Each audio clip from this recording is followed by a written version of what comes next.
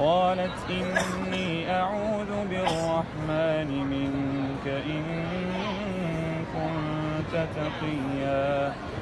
قال إنما أنا رسول ربك لأهب لك غلاما زكيا.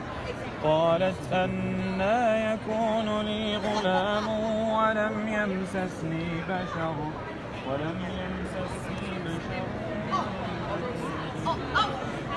قال كذلك قال ربك هو علي هين ولنجعله آية للناس ورحمة منا وكان أمرا مقضيا.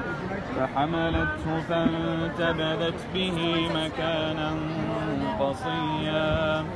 فأجاءها المخاض إلى جذع النخلة قالت يا ليتني مت قبل هذا وكنت نسيا منسيا.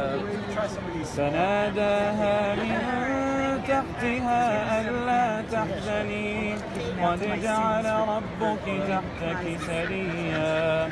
وهزي إليك بجذع النخلة تساقط عليك رطبا جنيا. فكلي واشربي وقري عينا فإما ترين من البشر أحدا فقولي إني نذرت للرحمن صوما فلن أكلم اليوم إنسيا. فأتت به قومها تحمله قالوا يا مريم لقد جئت شيئا فريا. يا أخت هارون ما كان أبوك امرأ سوء وما كانت أمك بغيا.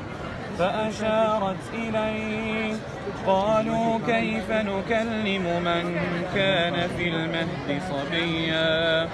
قال إني عبد الله آتاني الكتاب وجعلني نبيا وجعلني مباركا أينما كنت وأوصاني بالصلاة والزكاة ما دمت حيا وبرا بوالدتي ولم يجعلني جبارا شقيا.